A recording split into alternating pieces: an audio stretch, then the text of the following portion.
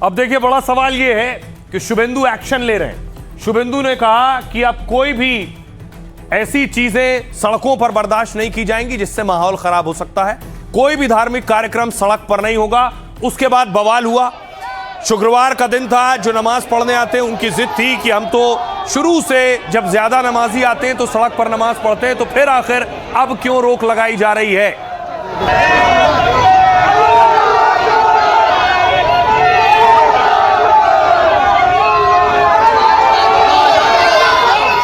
अब बकरीद नजदीक है, तो बकरीद नजदीक है तो इसी तरह का ऐलान योगी आदित्यनाथ ने किया।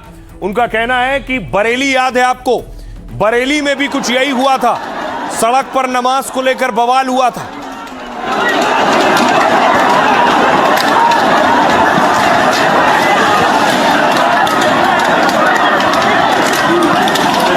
अरे भैया,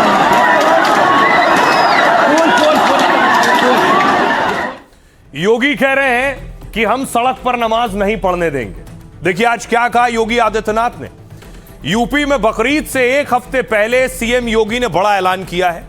एक कार्यक्रम में योगी ने कहा सड़क पर नमाज नहीं पढ़ने दी जाएगी। प्यार से मानेंगे तो ठीक है और नहीं मानेंगे तो हम दूसरा तरीका अपनाएंगे। दरअसल यूपी में 70,000 से ज्यादा मस्जिद और ईदगाह हैं, जबकि बकरीद मनाने वाले मुस्लिमों की आबादी है करीब 4 करोड़। अगर सारे मुस्लिम एक ही वक्त में नमाज अदा करने पहुंचेंगे तो मस्जिद और ईदगाह में इबादत के लिए जगह कम पड़ जाती है। कुछ मुस्लिम धर्मगुरु इसका हवाला देकर सड़क पर नमाज की वकालत करते हैं और कहते हैं कि बकरीद जैसे खास मौकों पर कम से कम नमाज की इजाजत दी जाए। लेकिन सीएम योगी ने 2019 से यूपी में सड़क पर नमाज पर बैन लगा दिया। हाई कोर्ट ने भी कहा कि सार्वजनिक जमीन या सड़क पर नमाज पढ़ना कानून नहीं है, मतलब आप नमाज नहीं पढ़ सकते सड़क पर। बकरीद आते ही देश के सबसे बड़े राज्य में फिर सड़क पर नमाज को लेकर मुद्दा उठा, तो योगी ने साफ कह दिया अगर नमाज पढ़नी है तो जगह जहां तय वहां पढ़िए। कुछ लोग कह रहे हैं हमारी संख्या ज्यादा है, उस पर योगी ने कहा तो फिर आप शिफ्ट में पढ़िए। हम कहीं भी नमाज नहीं रोकेंगे, लेकिन सड़क पर अराजकता नहीं होने देंगे। राज्य की सड़कें नमाज पढ़ने या किसी तरह की भीड़ जुटाने के लिए नहीं है और सड़क आम लोगों के चलने के लिए है। ट्रैफिक बिगाड़ने का अधिकार किसी को नहीं है। आप अगर संवाद से मानेंगे तो ठीक है, नहीं तो संघर्ष करके देख लीजिए। बरेली में कुछ लोगों ने सरकार की ताकत को आजमाने का दुस्साहस किया। प्रशासन ने उन्हें कड़ा सबक सिखाया और लोगों ने भी वो ताकत देखी है।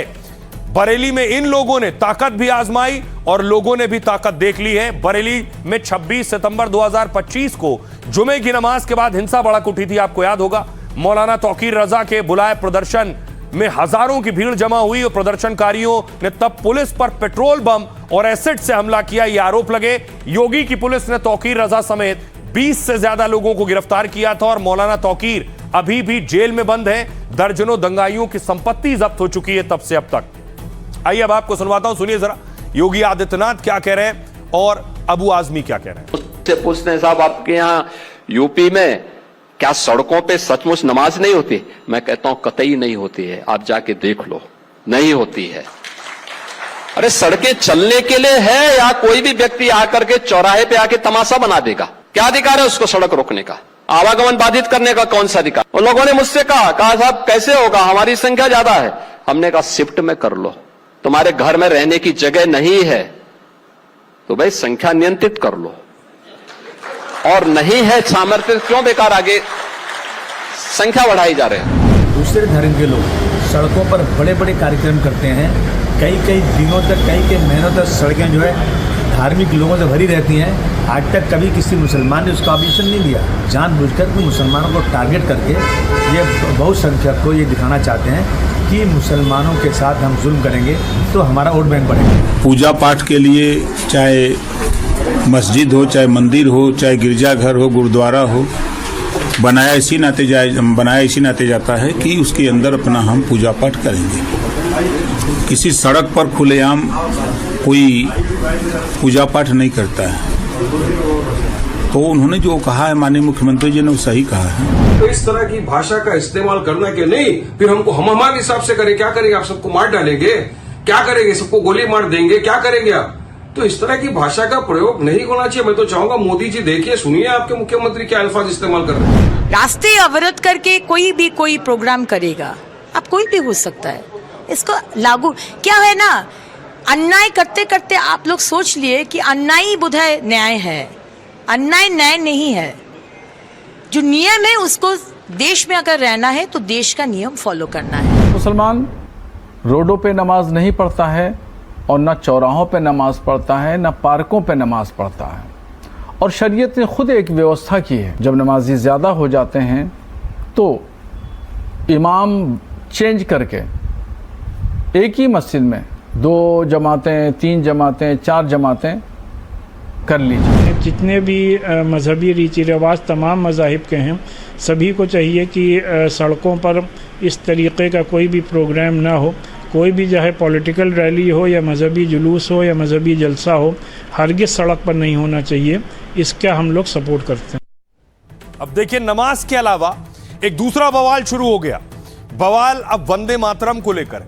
अरशद मदनी कह रहे हैं कि मुसलमान झुकेगा नहीं, वो वंदे मातरम नहीं गाएगा। दीन के ऊपर लाख और मर जाएंगे, दीन के ऊपर मरेंगे, मुसलमान बनकर रहेंगे, मुसलमान बनकर मरेंगे। धर्म को क्या छोड़ देंगे, किसके अंदर ताकत है? लेकिन मुल्क का अमन व अमान कहा जाएगा क्या? जहां लाखों मुसलमान अपनी जान देने के लिए तैयार होगा, क्या वहां अमन व अमान रह सकता है? मुल्क भाई आपको बताऊं, वंदे मातरम को लेकर आखिर क्यों बवाल है। शुभेंदु ने इसे लागू किया है राज्य में अपने।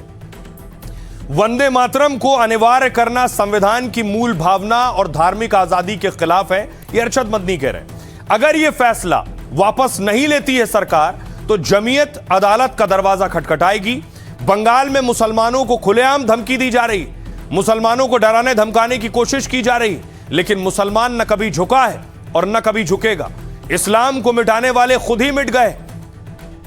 अग्निमित्रा पॉल ने कहा, जो लोग भारत को अपनी मां मानने और उसका सम्मान करने में झिझकते हैं, उन्हें इस देश में रहने का कोई अधिकार नहीं है। किसी धर्म को निशाना नहीं बनाया जा रहा। भारतीय कानून सभी पर समान रूप से लागू होते हैं, चाहे उनका धर्म कुछ भी हो, हिंदू या मुसलमान। बंगाल में रहना है तो भारतीय न्याय संहिता मानना है, और अगर नहीं मानना है तो भारत के बाहर जाना है। साजिद रशीदी कह रहे हैं, अपनी आस्था से हम कतई समझौता नहीं करेंगे और वंदे मातरम के कुछ हिस्सों को नहीं गाएंगे। इस्लाम में केवल अल्लाह की इबादत की मान्यता है, इसलिए देश या जमीन को देवी के रूप में पूजना इस्लाम के धार्मिक सिद्धांतों के खिलाफ है, इसलिए सिर कट जाएगा पर वंदे मातरम नहीं गाएंगे। लेकिन शाहबुद्दीन रिजवी कह रहे हैं, वंदे मातरम को धार्मिक नजरिए से नहीं देखा जाना चाहिए। यह केवल एक गीत नहीं, आजादी की लड़ाई की साझा विरासत है। आजादी के आंदोलन में जोश और देशभक्ति भरने वाला नारा है। सुनिए जरा क्या कुछ कह रहे हैं सियासतदान। और समाज को इतना बड़ा प्रेरणा दिया जो संगीत, वो बंगाल में गाने के लिए उसको अनुमति नहीं है। यही लिखा गया, ऋषि बंकिम ने लिखे हैं, तो उसका हम लोगों ने इम्प्लीमेंट किया है और आज से हर स्कूल में इसका गायन होगा। सरकारी अब स्कूल में हमारे बच्चे जहाँ से प्रेरणा इनको मिलेगा देशभक्ति का, उनको वहाँ से सिखाया। कोई दिक्कत नहीं है। भारत का वंदे मातरम स्लोगन तो पहले से था, अभी भी रहेगा। जितना दिन दुनिया रहेगा उतना दिन रहेगा। क्या दिक्कत है? वंदे मातरम के लिए किसी को कोई प्रॉब्लम नहीं होना चाहिए। बात अगर वो वंदे मातरम की कहते हैं तो देश का आम मुसलमान भी पूरी शिद्दत के साथ देश की समृद्धि, देश की खुशहाली में अपना योगदान दे रहा है। लेकिन ऐसे ही कुछ लोग हैं जो बयान देके देश के मुसलमानों को बहकाने का काम करते हैं। हम वंदे मातरम भी कहते हैं, हम भारत माता की जय भी कहते हैं, और वंदे मातरम कहना या वंदे मातरम गीत का सम्मान करना यह हर भारतीय का कर्तव्य है। यह आस्था पर सीधी चोट है। मुसलमान की आस्था यह है कि हम भारत को माँ नहीं मानते। भारत को माँ हम कैसे मान लेंगे? हमारी माँ एक ही है जिसने हमको जन्म दिया है, जिसने 9 महीने पेट में रखा है, जिसने 2.5 साल दूध पिलाया है, वही हमारी माँ है। और हम उसको भी पूजनीय नहीं मानते, पूजा नहीं करते उसकी भी, उसके सामने भी हम सजदा नहीं करते। तो धरती को कैसे सजदा कर सकते हैं? लेकिन इस तरह से इस्लाम में नहीं है। यही इस्लाम की खूबसूरती है, वो एक खुदा को मानता है और उसी की इबादत करता है। मैंने अभी कहा कि इस तरीके को लोग विवादित बयान देते हैं। बेशक हमारी जन्म देने वाली माँ है और माँ का मर्तबा माँ के पैर के नीचे हम जन्नत मानते, और जो माँ का मर्तबा है वो किसी का नहीं है। मगर हमारे मजहब ने जो भारत माता की बात है, हमारे मजहब ने कहा है कि हुब्बुल वतन मिनल ईमान, वतन की मोहब्बत ईमान का जुज है। हमारे यहाँ वतन की मोहब्बत पहले है, मजहब की मोहब्बत बाद में। ये सारी लड़ाई नई सरकार बनने के बाद से शुरू हुई है। अलग अलग तरह से आरोप लग रहे हैं, समर्थक खुश हैं और विरोधी सवाल भी उठा रहे हैं। दूसरी तरफ शुभेंदु अधिकारी देखिए, आज उन्होंने सीएम बने हैं, जनता दरबार लगाया है, लोगों की फरियाद सुनी है, लोगों की शिकायत और परेशानी सुनी है।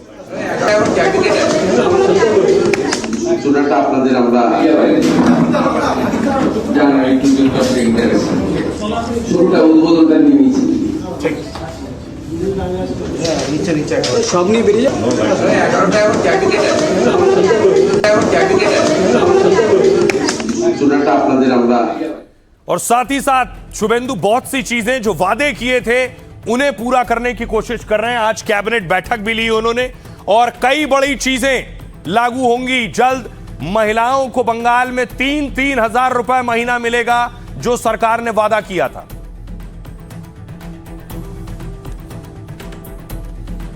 और अब आपको बताऊं कौन से बड़े फैसले जो लागू होने वाले हैं, जिसे कैबिनेट में मोहर लगाई गई।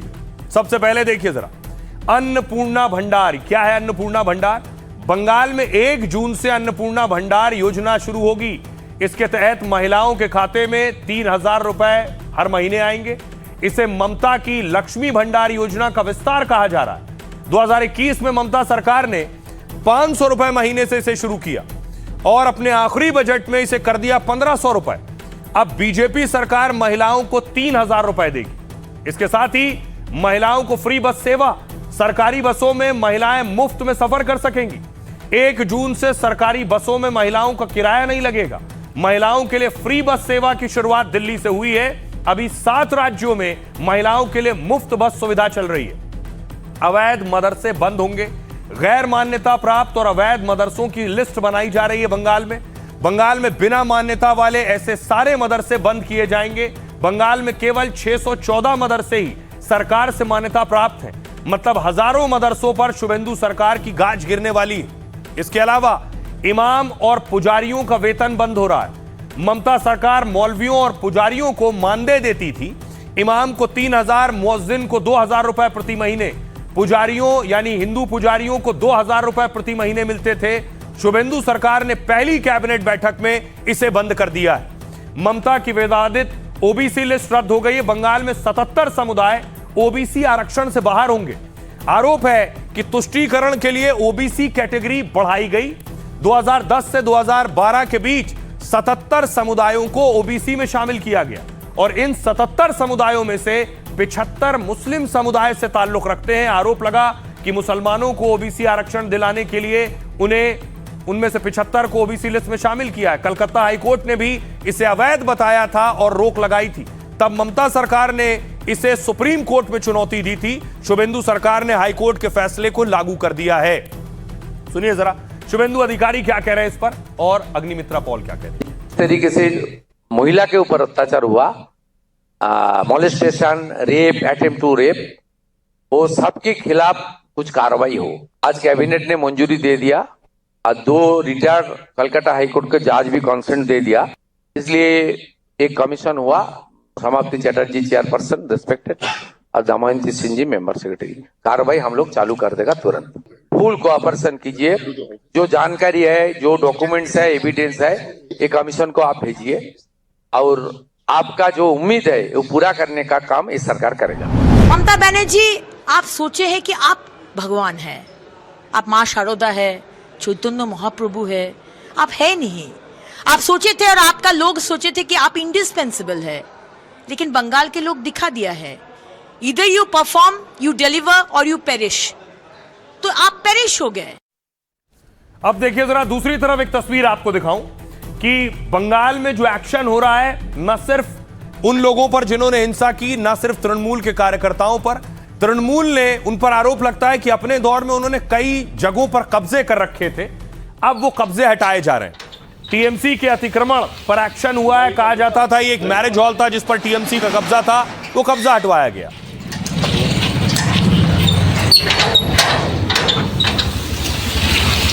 गाड़ी ढुकाओ, गाड़ी ढुकाओ, गाड़ी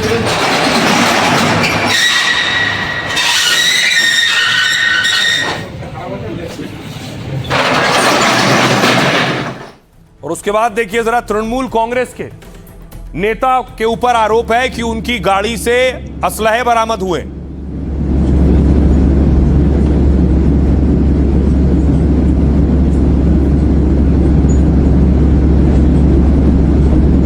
और खबर यह भी है कि जो कुछ बंगाल में हो रहा है उस बीच तृणमूल कांग्रेस के जो बड़े नेता हैं उनकी सिक्योरिटी का भी रिव्यू हो रहा है, यानी उनकी सुरक्षा की समीक्षा हो रही है।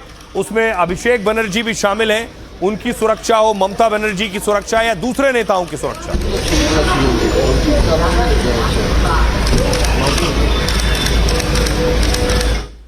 और बताया जा रहा है कि ममता के भतीजे अभिषेक बनर्जी की सुरक्षा कुछ कम की गई है। बंगाल में शुभेंदु की नई सरकार ने सुरक्षा व्यवस्था की समीक्षा की, जिसमें पूर्व सीएम ममता के भतीजे समेत कई नेताओं की सुरक्षा घटाई गई। ममता के भतीजे अभिषेक को पहले Z+ कैटेगरी की सुरक्षा दी गई थी। उसके साथ सुरक्षा घेरे में एक विशेष पायलट कार हमेशा चलती थी, जिसे समीक्षा के बाद अब कम कर दिया गया है। साथ ही उनके कालीघाट आवास से भी सुरक्षाकर्मी वापस बुला लिए गए। टीएमसी सांसद कल्याण बनर्जी, पूर्व डीजीपी राजीव को सिर्फ सांसद वाली सुरक्षा दी गई। पूर्व मंत्री अरूप विश्वास के पास कोई पद नहीं, इसलिए सुरक्षा हटा ली गई है। सुरक्षा में कटौती की इस लिस्ट में पूर्व डीजीपी मनोज मालवीय का भी नाम है और इसके अलावा इस लिस्ट में ममता बनर्जी के कई और करीबी भी शामिल हैं। सुरक्षा में कटौती का फैसला कड़ी समीक्षा के बाद लिया गया है। समीक्षा में पाया गया कि इन लोगों को अत्यधिक सुरक्षा की जरूरत नहीं है। हालांकि यह स्पष्ट किया गया कि ममता की सुरक्षा में कटौती नहीं होगी और उनकी सुरक्षा में कोई कोताही बर्दाश्त नहीं की जाएगी। फिलहाल ममता के भतीजे समेत कई करीबियों की सुरक्षा कम हो गई है। सुनिए जरा क्या कुछ कह रहे हैं बीजेपी नेता। शेख का कहानी खत्म हो गया, वो तो पुलिस के बल पर गुंडा था, पुलिस के बल पर अमित शाह जी को चैलेंज किया था। अब उसके पास क्या बचा है? इंक्वायरी होगा तो बहुत सारे आईपीएस पकड़े जाएंगे, आईपीएसओ का पैसा लगा हुआ है उसके पास। ममता बनर्जी के जो चहेते आईपीएस आईएएस थे, बहुत सारे लोगों का पैसा वहाँ के जमीनों में लगा हुआ है। इंक्वायरी होने दीजिए ना। अभिषेक को इतनी सिक्योरिटी क्यों? उसका पीसी चीफ मिनिस्टर है इसलिए इतना गाड़ी, इतना सिक्योरिटी। जो काम किए हैं वैसा ही उन लोग को पछताना पड़ेगा। देश का जो कानून है। और खबरों में आगे बढ़ते हैं। आज की एक और दर्दनाक खबर है। पूरी दुनिया में, पूरे देश में उस पर हड़कंप है। तस्वीर में आपको दिखाऊं, ट्विशा दीपिका की मौत जिम्मेदार कौन? ये दो तस्वीरें आप देख रहे हैं। यह है ट्विशा शर्मा की तस्वीर और यह है दीपिका नागर की तस्वीर। इन दोनों ही लड़कियों ने आत्महत्या की है और आत्महत्या दहेज के मामले में। इनसे दहेज मांगा गया, परिवार ने आरोप लगाया और उसके बाद इन्होंने आत्महत्या की है। कुछ महीने ही हुए थे इन दोनों की शादी के और दहेज के आरोप के बाद, दहेज में प्रताड़ित करने के बाद इन्होंने आत्महत्या की। अब तस्वीर मैं आपको दिखाऊं सबसे पहले ट्विशा की। ये 2025 में ट्विशा की जो शादी हुई भोपाल में, उसकी तस्वीर है।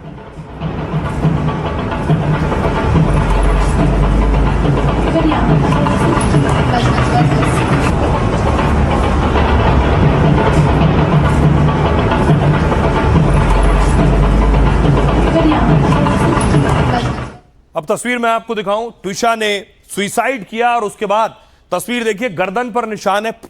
आरोप लगाया गया कि फांसी का फंदा लगाया है। गर्दन पर जो निशान है, ये वो निशान है जो फंदे के निशान है और परिवार का आरोप है कि सुसाइड नहीं किया है। अब पुलिस इस मामले की जांच कर रही है। ये उसके गले के निशान आप देख रहे हैं, रस्सी के निशान है। तस्वीरें आपको विचलित कर सकती हैं। ट्विशा की मौत के बाद देखिए जरा, लोगों में गुस्सा और रोष है। एक ये तस्वीर है, ट्विशा के लिए इंसाफ की मांग हो रही।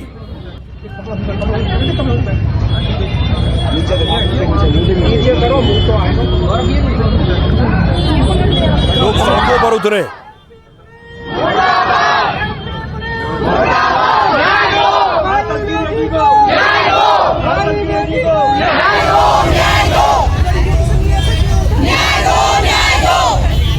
उसके अलावा ट्विशा का जो परिवार है वो प्रदर्शन कर रहा था भोपाल में। आज परिजनों में नाराजगी है। पोस्टमार्टम दिल्ली एम्स में प्रशासन उसकी व्यवस्था करे। गुहार लगा रहा उसे पकड़ रहे। अरे शर्म करो एमपी सरकार, उसका ऑर्डर आ गया होगा, गिरिवाला सिंह का ऑर्डर आ गया होगा कि इन लोगों को गिरफ्तार करो। गिरिवाला सिंह समर सिंह का ऑर्डर आ गया होगा कि इन लोगों को गिरफ्तार करो। ये संविधान है हमारे देश का, ये कॉन्स्टिट्यूशन में लिखा हुआ है क्या हमारे? इसका मतलब कोई अपनी आवाज नहीं उठा पाएगा इस देश में। इस देश में सिर्फ उन लोगों के चलेगी जिनकी सत्ता है। अब आइए आपको बताऊं कि ट्विशा ने सुसाइड कैसे किया। अगर सुसाइड किया है, परिवार का कहना है आत्महत्या नहीं की है। देखिए जरा, सबसे पहले देखिए, ये वो तस्वीर है जो शादी के वक्त की तस्वीर है, ट्विशा और उनके पति। नोएडा की रहने वाली ट्विशा की शादी भोपाल के समर्थ से हुई। दोनों की जान पहचान डेटिंग ऐप से हुई। बाद में वो कई बार मिले।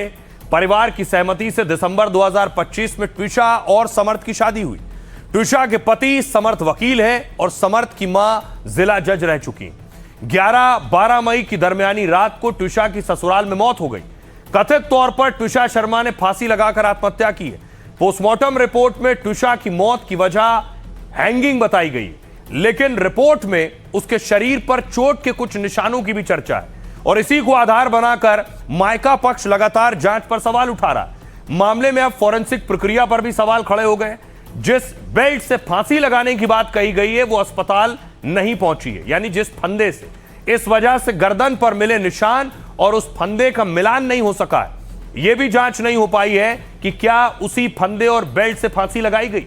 पुलिस ने ट्विशा की सास और पिता के खिलाफ एफआईआर दर्ज की है। सास गिरिबाला सिंह को अग्रिम जमानत मिली है, पति समर्थ फरार है। पुलिस ने ट्विशा के पति समर्थ सिंह पर 10,000 का इनाम रखा है।